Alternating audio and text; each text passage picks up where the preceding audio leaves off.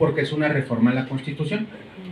Hay otras voces que dicen, como lo dijo en su momento Arturo Saldívar, en un voto particular siendo ministro, que había decisiones, reformas a la Constitución, que sí podían revisarse si esas reformas constituían una vulneración a derechos humanos o se atentaban contra decisiones políticas fundamentales.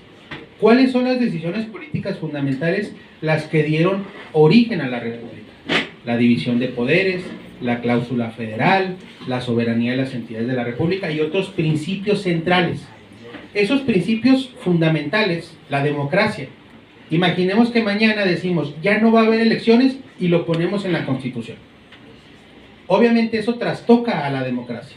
La democracia se considera, en términos teóricos, una cláusula pétrea que no puede ser modificada.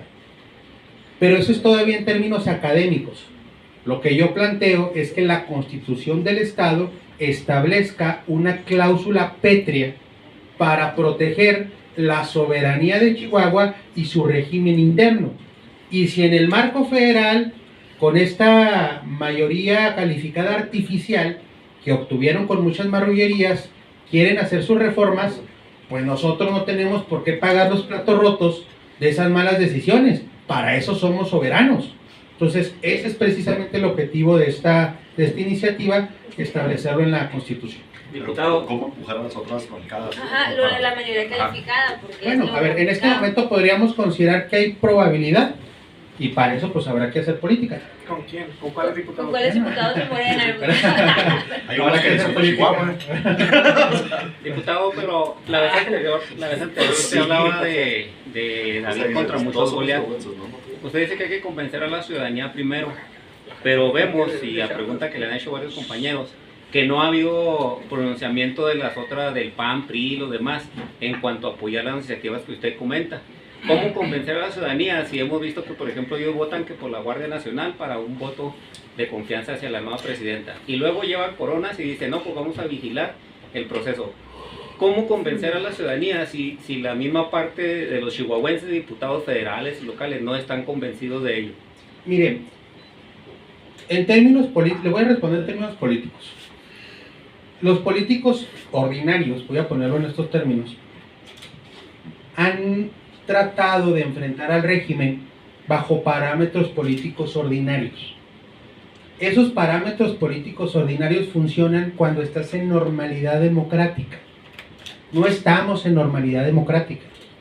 Por tanto, las acciones que debemos desplegar tienen que ser, 1, contraintuitivas, 2, asimétricas, es decir, entendemos el desafío que representa, pero la simetría en términos políticos, es decir, la diferencia de un poder fuerte hacia alguien que tal vez no tiene tanto poder, muchas veces te da una ventaja en términos de disputa política. Entonces, yo por eso no planteo en un primer momento convencer a políticos tradicionales. Creo que el planteamiento debe ser, sí, convocar a las fuerzas políticas a que respalden este planteamiento de nuevo trato y a la ciudadanía chihuahuense a que, en respeto a su linaje histórico, pueda defender su soberanía. Ya lo hemos hecho en muchas ocasiones y parece que es mucho en términos históricos. Son 200 años de la conformación de la República Federal con la Constitución del 24, 200 años. Váyase luego a la reforma en 1857, a la Constitución de 1917 y al movimiento revolucionario. En términos históricos no es nada, es un plazo muy relativo. Yo creo que es difícil, es una lucha de David contra Goliat, es una lucha de David contra muchos Goliats, pero es posible. Pero acuérdense que 14 son más que 15, diputados. A ver, sobre ese tema, que es importante, el día de ayer obtuvimos una suspensión definitiva por un juez de amparo. Fíjense qué importantes son precisamente los jueces de amparo, en donde le dicen al Congreso del Estado, a la Presidencia del Congreso, a la Secretaría de Asuntos Legislativos, la decisión que tomaste fue ilegal, fue arbitraria y fue inconstitucional. Y yo hice un llamado a las fuerzas políticas a que pudiéramos tomar un acuerdo. Si ese acuerdo no es posible, pues entonces ahora vendrá una resolución judicial que obligue a evitar ese margen de discrecionalidad, porque en este momento no sabemos con certeza los votos necesarios. Imagínense No sabemos los votos necesarios para aprobar una reforma de ley, para aprobar un punto de acuerdo.